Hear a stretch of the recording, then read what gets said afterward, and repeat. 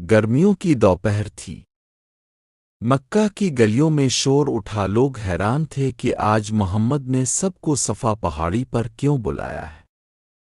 وہ ہمیشہ سچ بولنے والے ہیں، ان کی زبان سے جھوٹ کبھی نہیں نکلا۔ قریش کے سردار، عام لوگ، عورتیں اور بچے سب جمع ہو گئے۔ رسول اللہ بلند پہاڑی پر کھڑے ہوئے اور بلند آواز میں فرمایا، اے قریش!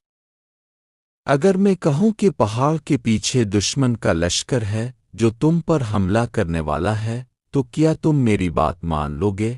سب نے یک زبان ہو کر کہا، ہاں، ہم نے آپ کو ہمیشہ سچا پایا ہے۔ آپ نے فرمایا، تو سنو، میں تمہیں ایک بڑے عذاب سے ڈراتا ہوں۔ اللہ نے مجھے نبی بنا کر بھیجا ہے۔ اگر ایمان نہ لائے تو آخرت میں برباد ہو جاؤ گے۔ مجمع میں سنوٹا چھا گیا، لیکن اچانک ایک کڑکتی ہوئی آواز گونجی، تبا لک محمد الحزا جماعتنا۔ محمد، تیرا ناس ہو کیا؟ اسی لیے ہمیں بلایا تھا؟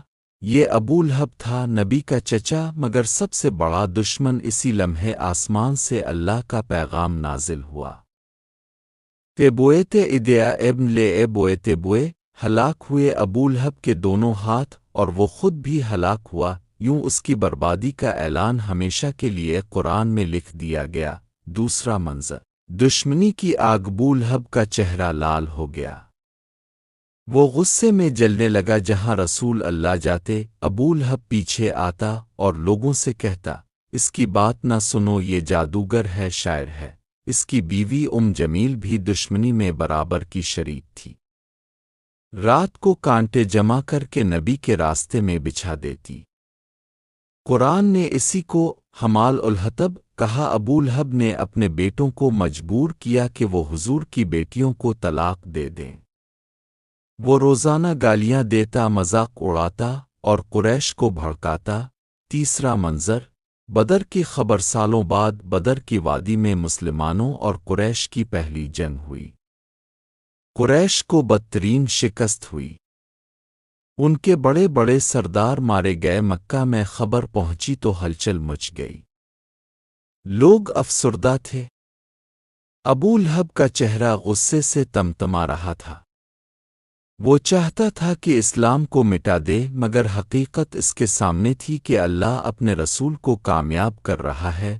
چوتھا منظر، بیماری کا عذاب۔ بدر کی شکست کے صرف 7 دن بعد اللہ کا عذاب ابو لہب پر نازل ہوا۔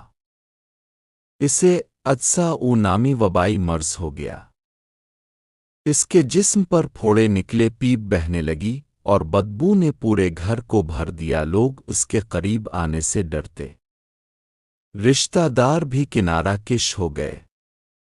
وہ بستر پر تڑپتا رہا، چیختا رہا، لیکن کوئی تیمارداری کرنے والا نہ تھا۔ بالآخر چند ہی دنوں میں وہ ذلت و رسوائی کے ساتھ مر گیا۔ پانچواں منظر، لاش کا انجام۔ ابو لہب کے بیٹوں نے کئی دن تک لاش کو ہاتھ نہ لگایا، کیونکہ لوگ کہتے تھے یہ بیماری متعدی ہے۔ آخرکار مزدور بلائے گئے، انہوں نے لمبی لکڑیاں لے لاش کو دھکیلا اور ایک گڑھے میں ڈال دیا، پھر اوپر سے پتھر ڈال دیے تاکہ زمین ڈھانپ دے۔ وہی شخص جو مکہ کے سرداروں میں شمار ہوتا تھا، مال و دولت کا مالک تھا، اس کی لاش کو کوئی ہاتھ لگانے والا نہ ملا۔ نتیجہ، ہمیشہ کے لیے عبرت۔ ابو لہب کی کہانی صرف ایک دشمن کی داستان نہیں، بلکہ قرآن کی صداقت کی دلیل ہے۔ اگر وہ چاہتا تو محض دکھاوے کے لیے ایمان قبول کر کے قرآن کو جھٹلا سکتا تھا، مگر اللہ کی تقدیر غالب آئی۔ وہ ضد اور تکبر میں جیتا اور ذلت و رسوائی میں مر گیا۔ یہ کہانی ہمیں یہ سبق دیتی ہے کہ ایمان کے بغیر رشتہ داری یا دولت کسی کام نہیں آتی۔ اللہ اور اس کے رسول کے دشمن آخرکار ذلیل ہوتے ہیں۔ قرآن کا ہر لفظ سچ ہے اور ہمیشہ سچ ثابت ہوگا۔